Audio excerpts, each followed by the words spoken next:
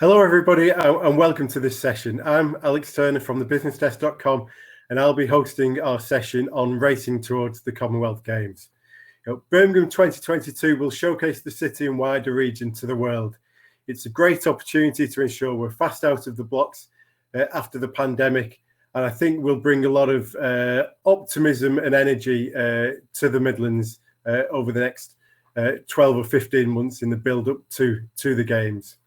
I'm joined by four great speakers this afternoon who'll bring their own perspective on what the Games means and what it will help achieve. And the format is we will hear from each of those for a few minutes to talk about their own particular area. And then for the second half of the session, we'll have a discussion. So if you do have questions for either an individual speaker or for the panel as a whole, do drop them in the chat or the Q&A window on the right-hand side, and I will look to weave those in and put them to the panel in the second half. The four people that will be speaking this afternoon, I'm delighted to say, are Reid, the Chief Executive of Birmingham 2022, the Commonwealth Games Organising Committee, Dan Storer, Chief Investment Officer at West Midlands Growth Company, Gurmit Kler, Director of Business Engagement at the University of Birmingham, and Richard Eadie, Head of Strategy, Sustainability and Group Transformation at Severn, Trent. So without further ado, I'd like to welcome Ian, who's been working on this project for longer than nearly anybody, to explain where things are up to and where the opportunities and most excitement is. Over to you, Ian. Thank you, Alex, and good afternoon, everybody. So, as Alex mentioned, I'm just going to speak, I think, for about 8 minutes or so and just share some slides with everyone. So hopefully everybody can see that now. My team have given me a huge amount of content, so apologies in advance as I try and rush through it. But there is a lot, as you would imagine, to say with coming up to 1 year to go until the Games. So just a quick first slide and a real big summary of the Games and the fact that we genuinely are in Birmingham making history with this event. This will be by far and away the biggest sports programme that the Commonwealth Games has ever seen. For the first time ever, we'll have more medals for female athletes than male athletes. That's never happened in a multi-sport event before. We'll have more para-sports than any previous Commonwealth Games, so very much talking about the most inclusive sports programme there's ever been. And we're delighted to announce a couple of months ago that we will be the first ever carbon neutral Commonwealth Games in partnership with Severn Trent. I'm sure Richard will talk a bit more about that later on. In terms of what the Games are trying to achieve, this is our overall mission here, 5 pillars. We put this together very early on in our planning through consultation with thousands of local residents across the Midlands. They told us that they wanted the Games to bring people together. We're going to have 40,000 or so opportunities to work on the Games, and we want to make sure that all of those opportunities come to everybody across the Midlands from every characteristic and demographic, and we're well on our way to doing that. Want to make sure that the Games improves health and well-being, and both mental and physical health and well-being. And the Games will inspire people to take up sport, but of course we need to do much more than that. And there's a legacy plan which sets out all the organisations we'll be working with to try and leave a long-lasting physical health and well-being legacy. Really relevant, of course, to today's discussion is the ability for the Games to help the region to grow and succeed. And of course, this was a mission that we set back in 2018, but is more relevant than ever now as we come out of the pandemic. And the Games, we genuinely do believe, is a significant vehicle to recovery, and I'll talk a little bit more about that later on. A catalyst for change. Everyone's saying to us, make sure that the Games physical infrastructure works for the long term and not just for the Games itself. So whether that's the sports venues, the transport infrastructure, or the other regeneration changes that come along with the event, they really need to work for the community long term. And then finally, and perhaps the most common piece of feedback that we received in that consultation was, this is the once in a generational opportunity to genuinely put the city and the region on the map, showcase the incredible transformation that the Midlands has gone through, and showcase that to the world. So in terms of that economic benefit, there is no doubt the Games is a critical part of the region's recovery plan. We are investing through the Games Organising Committee £78 million in the city and the region. Some of that, significant amount of that's central government money that's been directed directly into the West Midlands. Based on previous games, a potential boost to the regional economy in excess of £1 billion, a lot of contracts going to local businesses. And we want to use all of that economic benefit to really leverage social value change. So we're creating a lot of roles, but a lot of those are going to those who will be going through training programs, guaranteeing them work in the games, and then supporting them in outplacements to genuinely use the games as a lever to change people's life and guarantee longer term employment. And just as an indication, if we look back to some of the previous Commonwealth Games, you can see the figures on this slide here around the economic benefit that's flown through from Australia and the Gold Coast, and also the tourism benefit that the Games, when they came to Glasgow in 2014, generated in terms of the number of visitors and the financial benefit to the region there as well. Just as a quick reminder, so this is where the Games is going to be, the footprint in the region, from Cannock Chase in the north right down to Leamington Spa in the south where Lawn Bowls is. A huge amount going on in Birmingham City. The University of Birmingham, great to have Gurmit on the call today, key partner of ours, hosting of the main athletes village as well as the hockey and squash events as well. And the NEC, obviously a huge campus, only one event out with the region and without access to suitable velodrome, track cycling is taking place down in London. And then some of the more recent announcements around the Games. So we recently launched our legacy plan. If you haven't had a chance to look at that, that's live on the website now. We launched Perry the Mascot. Hopefully a lot of you have seen Perry. We had some incredibly positive feedback to that.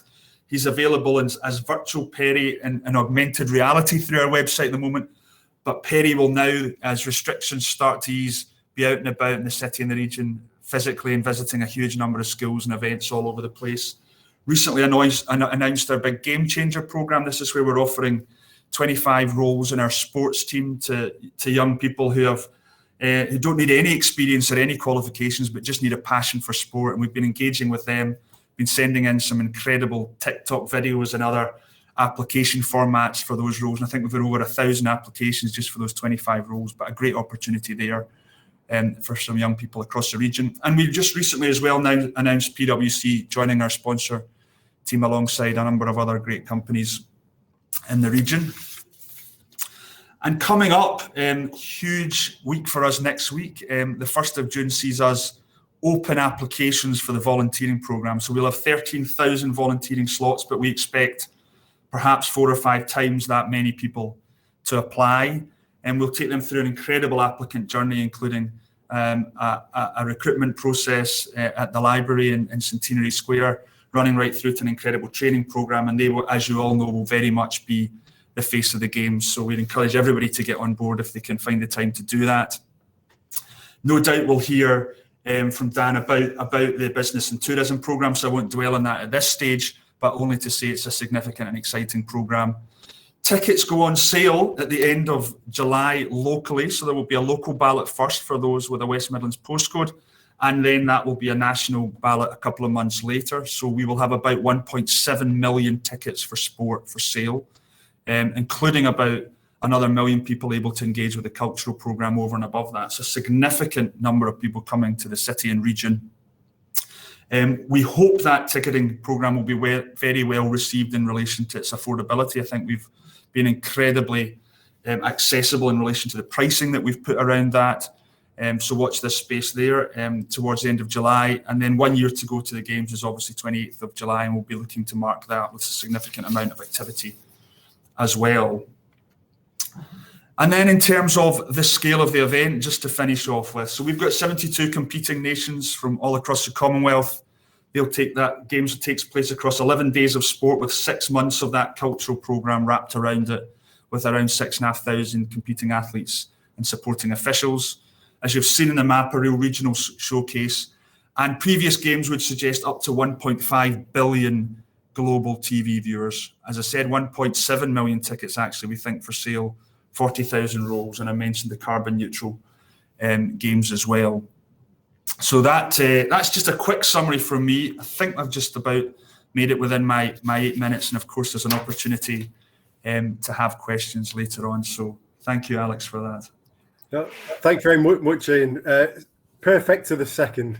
And you know, it was great to get that sense of scale, as well as to understand a little bit, just very briefly, about the activity and the range of activity that's going on. So thank you for that. Now I'd like to welcome Dan Storer, Chief Investment Officer at West Midlands Growth Company. The growth company are leading on the trade, tourism and investment part of the overall plan. Welcome, Dan. So obviously, the last year has been an incredible challenge for everybody. Have you seen an impact from the pandemic on the region's existing relationships with overseas markets? And how might the games, either reset or re-energize those links? Thanks, Alex. Thanks, Ian. Hello, everyone. Yeah, a tremendously difficult year. When we went into this crisis back in March, April last year, various agencies, the UN, DIT, were talking about a downturn of at least 50% when it came to international investment. And I think it's fair to say that has been borne out. Currently, year on year, the West Midlands is 46% down in terms of the jobs that we're realising from inward investment. But there is good news out there. And I think there's a lot of room for optimism. Some big wins for the region recently, so not least Goldman Sachs, Lotus Motorcars a couple of months ago, and Norton Motorbikes, others as well in play at the moment. So certain sectors are being really badly hit, not least aviation and automotive and the related supply chains, but others are doing really well. Tech, e-commerce, etc., are having a relatively good crisis. So the timing is perfect. BATP, the Commonwealth Games, will be a key national endeavour and will help, I believe, the region sort of build back better. It will present the opportunity for us to get out there, to bring the best companies around the world to us, and for it to get out there and engage with them. Yeah. And how can the Games be used as a catalyst to attract foreign investment? So Ian spoke briefly about that business, tourism and trade tourism programme. It is essentially a key part of the economic legacy of the Games. The substantive elements of the programme will be announced, I hope, in about a month's time in partnership with government. But effectively, it's the best part of £24 million, co-financed and supported by the West Midlands Combined Authority, which will enable us to really get out there, sell the region, be very clear about what the key investable propositions are, and then really see these opportunities through the whole sales cycle, from engaging businesses internationally, virtually, in market, and then bringing them back to the region during and around the Commonwealth Games. So I think, that's a fantastic opportunity. We're spending a lot of time at the moment working across the region, figuring out what our pitch is, essentially redating what the investable propositions in the region, and essentially that's the product we'll be taking to market. Yeah. One of the things that's very attractive about the Commonwealth Games is its global reach. And this will firmly put the West Midlands in the international spotlight. Where do you see the greatest potential to strengthen the region's economic relationships across the Commonwealth? Yeah. Well, I think there's different opportunities in different markets. So the developing economies, for example, I believe it's much more about collaboration. It's much more about an export opportunity for UK businesses. Some of the more developed nations, obviously Australia, Canada, New Zealand, Malaysia, Singapore, they are remarkable investment opportunities. So that align actually very well with the key sectors and world-class opportunities in the region. So, for example, future of mobility, electrification of automotive supply chains. There's some really interesting companies out there to engage with. Singapore, Malaysia, Canada, some great pension funds, institutional investors that can invest in infrastructure and real estate in the region. I think one of the markets I get particularly excited about is India, because we're already got a great relationship with India. We're seeing a huge amount of investment into the region from Tata through to Norton, which is owned by TVS Group. But the Indian opportunity spans all the sectors, and it spans everything from education through to trade to investment. Again, we've created a special purpose vehicle as the West Midlands India Partnership, which is a public-private sector vehicle, which we hope that the Commonwealth Games will help to develop that opportunity further. Yeah, I think there's an awful lot to be excited about.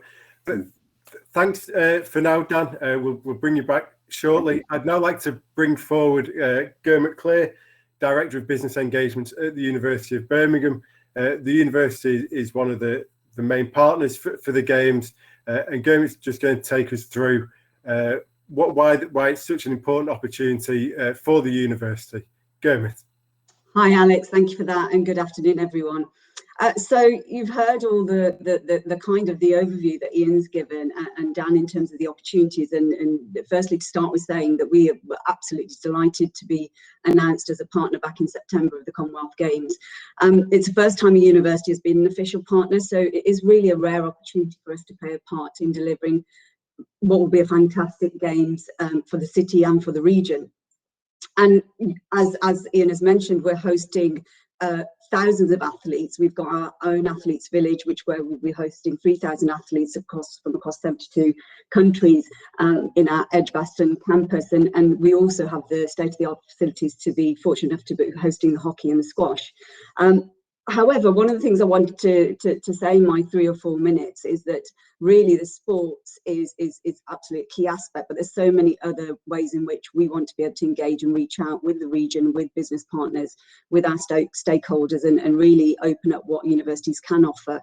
And throughout the course of today, I've had the fortunate pleasure of dipping into many sessions, and there seems to be a theme of how academia, in a business, public sector, private sector can work together, and I think this will be a perfect opportunity encased in the Commonwealth Games. So it really will provide us an opportunity to strengthen our ties with stakeholders in the region, create a really great platform where we want to collectively leave a lasting legacy for the region, and I think that is important. But also I think it brings together the history, the culture, the talent we have, and of course I'll come on to talk about skills and talent, but a university is more than teaching and learning and research. It's about all of the networks and the convening opportunities that we can offer. So at the heart of what we do is research and teaching. However, being an anchor institute in the region with many other great universities, what we really want to do with this opportunity is to effectively create some regional growth, get the region where it ought to be. Obviously we've got post-pandemic challenges as well, but this gives us a really nice, we've got 12 months or so to build a network of opportunities for all sorts of stakeholders, for young people all the way through to large scale business and small and micro businesses as well. I mean, we just to note, 1 in 50 jobs in Birmingham is dependent on the university, and we have 48% of our students that remain in Birmingham after graduating. So there is a very, very strong pipeline there, and this sort of event and legacy can attract more of that. Skills and talent. So what are we doing in skills and talent? We are partnering with a number of businesses to really look at boot camps and workshops around how we can look at considering the needs for businesses over the Commonwealth Games, how we get them access to students, the talent pipeline, how we look at student employability through projects and internships, and also academic experiences to get academics engaged with the business community and create research projects of value.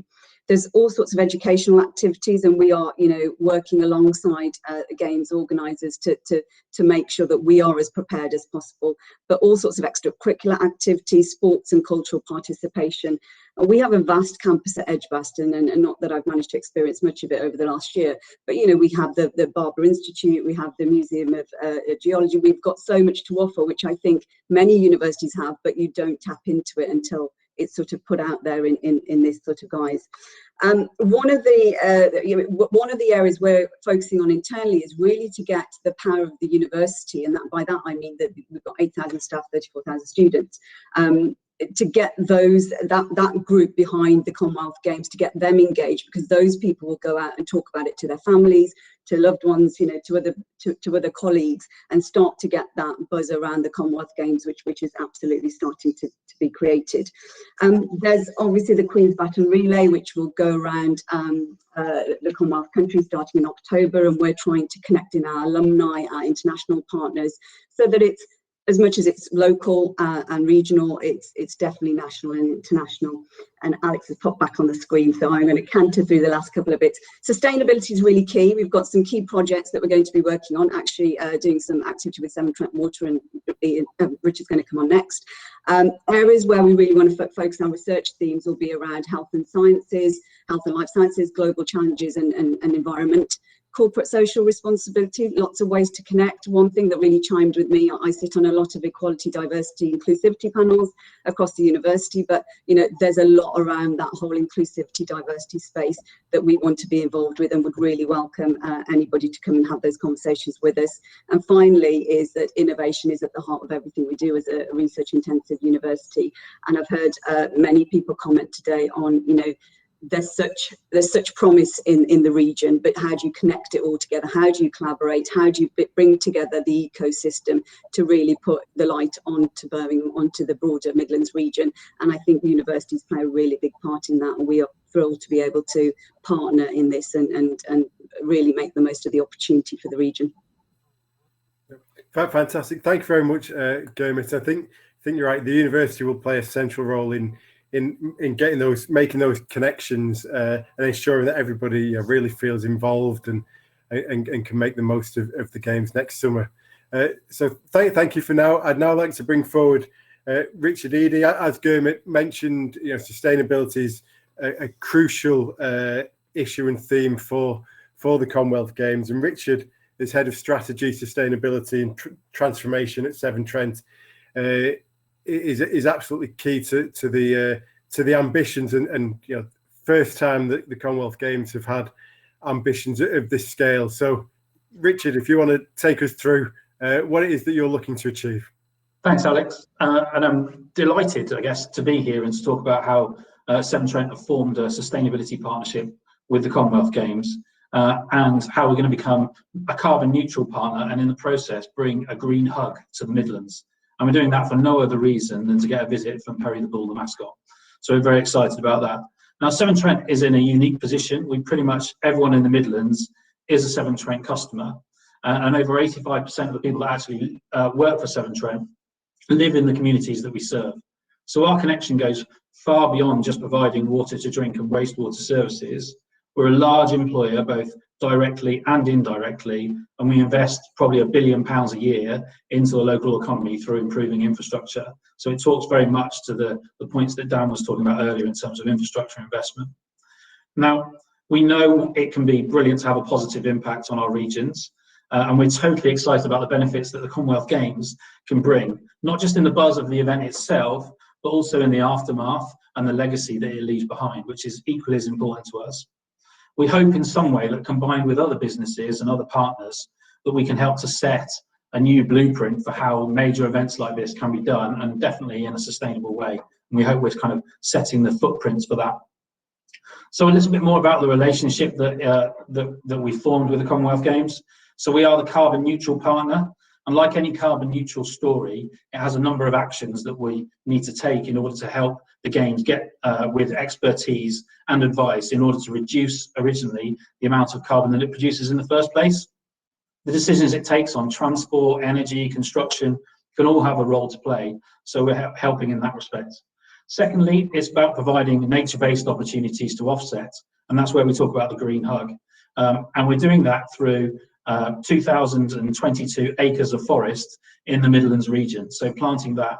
Now, not only will that absorb carbon, but it will hopefully provide green spaces for people to visit, which we know in the last year or so, we know how that's been appreciated by everyone to actually reconnect with the environment.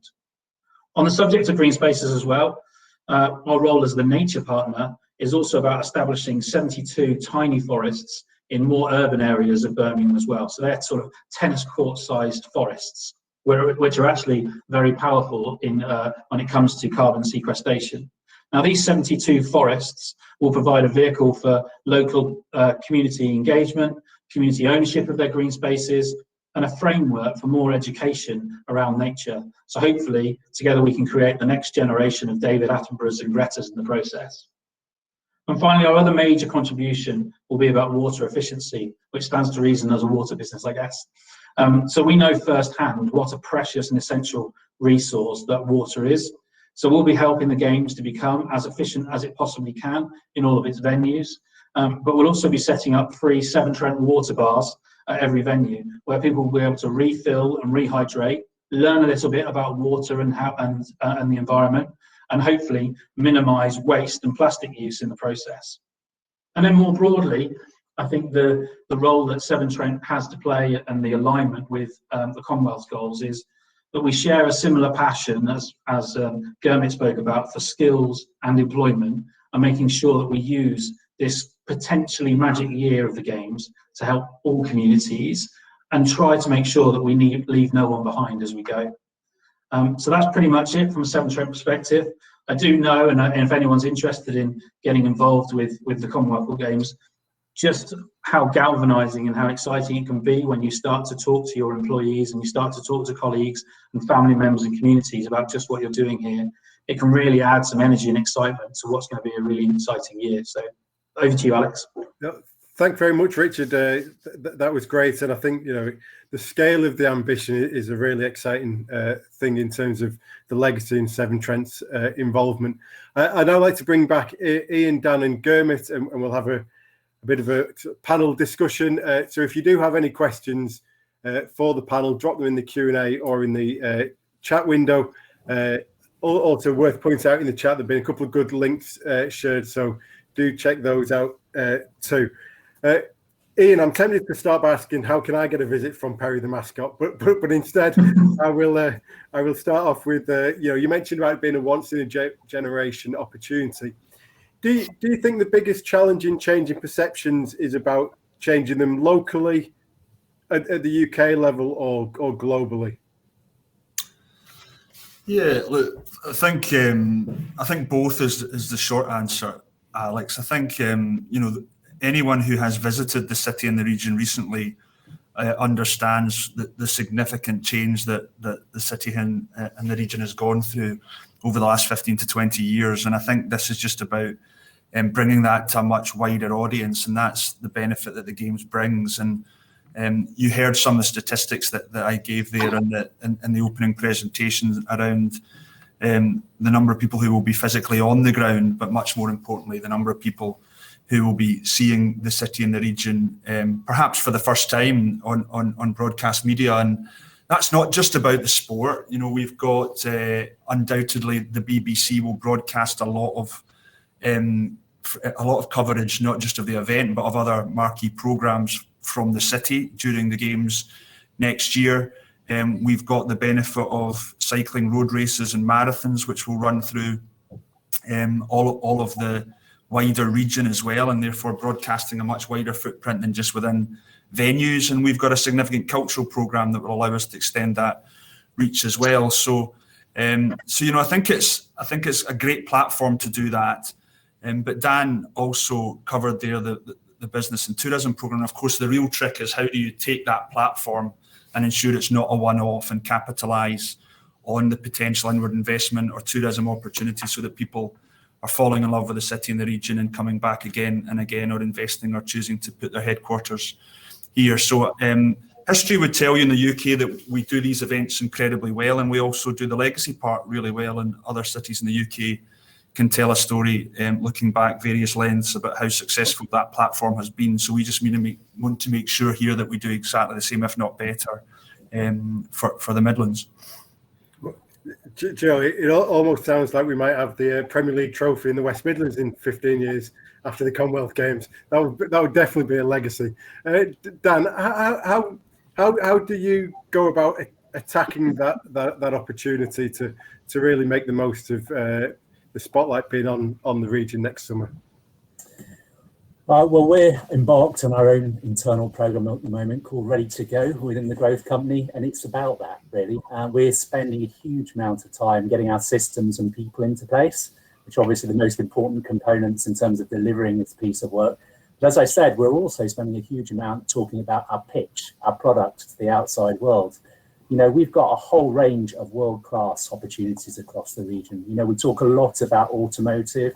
We talk a lot about the finance and professional services sector, but actually, there's a lot more that is absolutely world-class. So, for example, we've done quite a lot of work exploring the digital broadly the creative and digital sector of the region.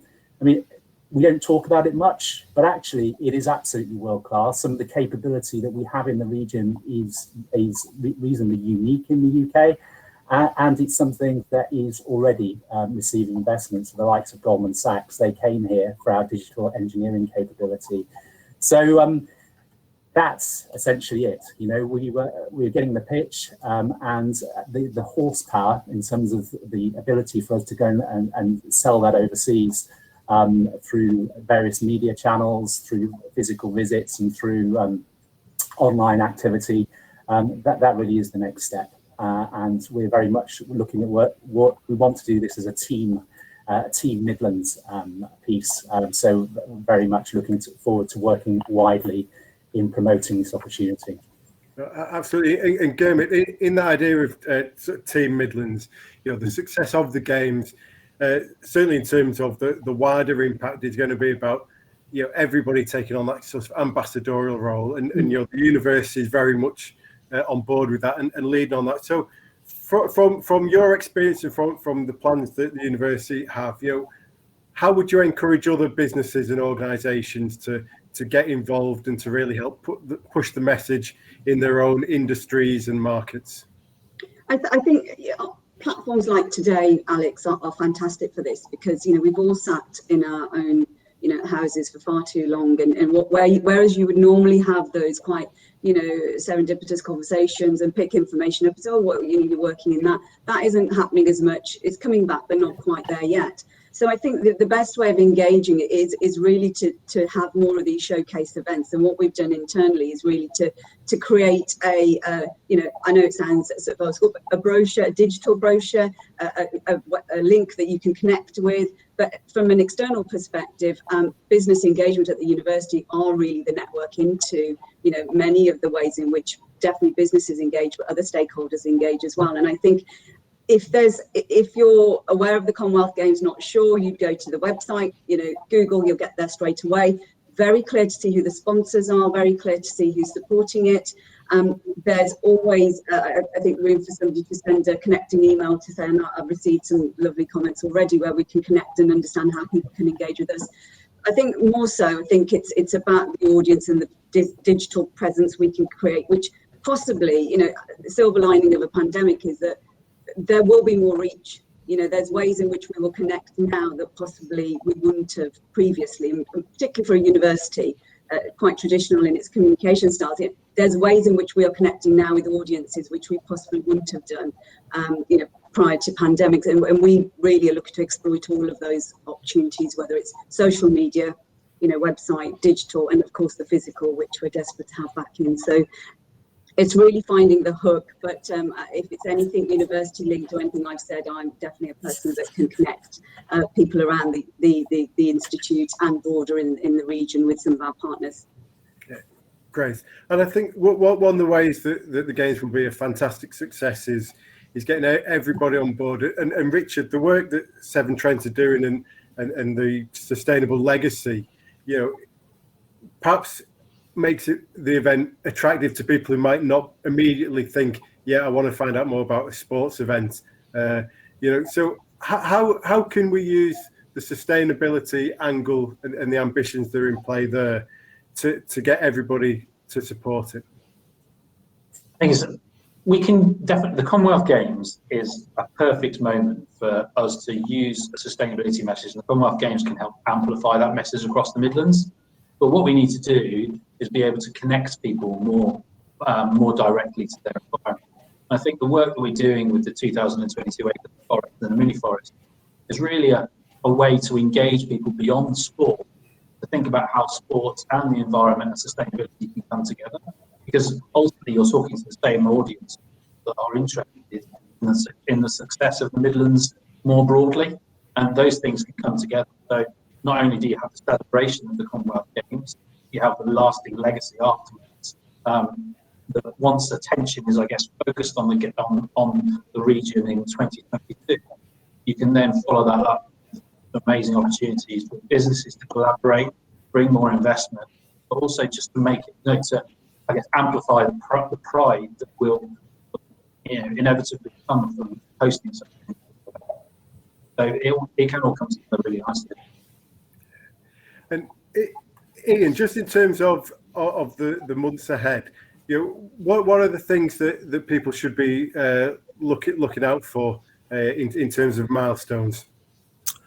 Yeah, it's a busy period, Alex, and very much entering that kind of public engagement period. So I mentioned in my presentation the big one obviously next week around volunteering applications, and that's hugely exciting because they genuinely are the face of the games. We'll get volunteer applications from all over the city and region, and perhaps nationally as well, and lots of people prepared to give up their time because they're passionate about the power of these events. So really looking forward to that journey. So any of you who are on the call, then please, if you can spare the time, get involved in that. And of course, there's a business element to that as well, where businesses perhaps need to now start thinking about what happens when staff approach them who want to volunteer, because there is a bit of a commitment. There'll be a few days training required, but there'll also be the requirement for 10 or 11 days for them to actually volunteer during the games itself. So some employers might want to think about how they can help facilitate that for their teams. And I mentioned ticketing as well coming up in the summer, and that's where it becomes real for a lot of people. They start engaging, they look at when all the sports are going to take place, on what days, and what can they go and see. And you can start that journey now. If you go on the website, there is an event schedule up there, so please do go and have a look. And then a little bit further afield, we've got the Queen's Baton Relay, which I suppose is the Commonwealth Games equivalent of the Olympic torch, but on a much grander scale, because rather than just going nationally, our Queen's Baton travels to every one of the competing nations in the Commonwealth, which is proving to be a bit more challenging in terms of planning than would normally be the case in the current circumstances. That said, we're determined to get it around all those nations, and I think we can do that. But perhaps most excitingly for the Midlands, it spends a good amount of time here and will travel to most towns and villages before ending up at the opening ceremony, where the Queen will read out the message that's within that baton. And that's a great engagement tool. People will tend to come out on the streets, support it. Communities will do events around it. And it's an opportunity as well to celebrate community champions and nominate them to carry the baton as well. So that's very much coming up. And then I think the national spotlight will flip from a sports perspective as well. So Tokyo at the moment is planned to go ahead July, August time. Undoubtedly, we will have the usual incredible performances from home nations athletes there. And of course, the great narrative on the back of Tokyo will start to become, come and see those incredible sports men and women taking part in Birmingham in 2022. And Birmingham perhaps marketing itself as the first post-pandemic multi-sport event when people can genuinely get back into full stadia, full live sites, fill up the city, cultural festivities and everything else, which I think brings that greater spotlight as well. And we should shout about it. It's been a difficult journey. There's a lot of partners on the call today, and there's a much wider partner group who are involved in delivering this event. We've had less time than normal. We've had some challenges with our supply chain due to Brexit, and we've had a pandemic. So the fact that we're still on track, and I'm sure we'll deliver something incredibly special, is real credit to everybody in the region who's been involved. And that's something we should, as I say, we should shout about internationally. No, absolutely, it's been a sterling effort just to get to this point. Just as a final question to you all, I'd just like to ask, what are you most excited about with the game? Yeah. I think it's the opportunity to raise the regional ambition levels even further when it comes to international engagement. One of the challenges we've got around the world is that the UK is so dominated by London and the Southeast, and that filters through really to how the UK is talked about. In India, for example, the UK is often referred to as London. And I think, with the growth of this concept of a global Britain, there's an opportunity for the regions to step up and get out there and more assertively on the international stage. And I think that's the big opportunity, that the Team West Midlands, Team Midlands can get out there. And actually, by working together, the whole is much more than individual parts when it comes to international markets. So I hope it's a start of something big, especially when it comes to international engagement. And of course, and it's been borne out by other big events, Commonwealth Games. It's the investment opportunity, the opportunity to transform, communicate the opportunities in the region, but also transform our own economy. Yeah, great, thank you. Richard? For me, I think it's about pride and instilling pride into the Midlands. So, the 7,000 people who work for Severn Trent are hugely proud to be part of Severn Trent, but also being part of the Midlands. And I think the more connections we can make and the more impact we have on the Midlands, people have some pride about what's going to take place and the connection with what will be beyond the Commonwealth. I think that's an amazing legacy to be beyond the game. That's what I'm most looking to see, feeling in the No, great, thank you. Gurmit? So I think collaboration, I think it's the opportunity that it gives for so many different partners to come together, and I think it's that thing about having sort of a catalyst for everybody to get excited about, and I think it just offers a whole raft of opportunities that we absolutely and desperately need right now, just because of the climate, what we've been through over the last year or so. So I think that opportunity to we have a lot of pride in Birmingham, but a number of times you get told, but we didn't know it was that great. You get people onto the campus and students get converted from seeing our campus because the physical campus is impressive, but you wouldn't come to Birmingham otherwise. And again, with all of the great assets that Birmingham has. So it's a real sense of that collaboration to showcase all of that is an absolutely amazing opportunity, and personally getting hold of some tickets. But that wasn't probably the and finally, Ian, there must be so much to choose from, but what stands out for you? Yeah, look, I think maybe I'll give you two answers, Alex. The first is just to see the region come to life. So in the short term, I don't think people yet fully understand the scale of what's coming to town next summer and the huge celebration that will be here in the city. And even if you aren't lucky enough to get those tickets, there'll be so much to do. And I just really look forward to seeing all those restaurants, bars, other service industries who've had such a hard time over the last year or so, having an absolute boom time over the summer of 2022, and everybody just been on the streets and celebrating. I'm sure the sun will come out for those 11 days. And then longer term, I really look forward to 4 or 5 years time and looking back and the changes that hopefully the Games has brought in terms of a legacy. And I was going to repeat what Gurmit said in terms of collaboration. Hopefully a lot of future projects can use the Games as a template in terms of getting both the public and private sector working together. But there's a vast array of legacy initiatives and a huge number of organisations involved in delivering them. And I would sort of come back to that legacy plan. It's worth the look, whether it's from sustainability or cultural legacy, health and well-being, business and tourism, as we've heard today. There's a huge amount going on. I think it'll be great just to look back and hopefully see the Games as a kind of seminal moment where a lot of that's changed and really put the city on the international map. I suppose the most important thing is for everyone, in whether that's as an individual or as a business, is to get involved and don't let it pass them by. Exactly. Huge number of opportunities. So whether it's working with the organising committee, volunteering, the contractor workforce, the supply chain, sponsors, Games partners across the public, there's just a huge number of opportunities. So if you want to get involved, there's definitely a way to do that. Fantastic. Well, that's all we've got time for. But thank you very much, Ian, Dan, Richard and Gurmit for joining us this afternoon. And best of luck over the next year and beyond. Our next session is about to get underway, selling the Midlands to the world. It really follows on from this session. It talks about our cultural assets and how we really make the most of those from an investment point of view to really sell the Midlands to an audience that might be familiar with what we have to offer or might really be coming to us for the first time. So do jump over into that. It'll be getting going in the next minute or two, and hope you enjoy the rest of the day. Thank you.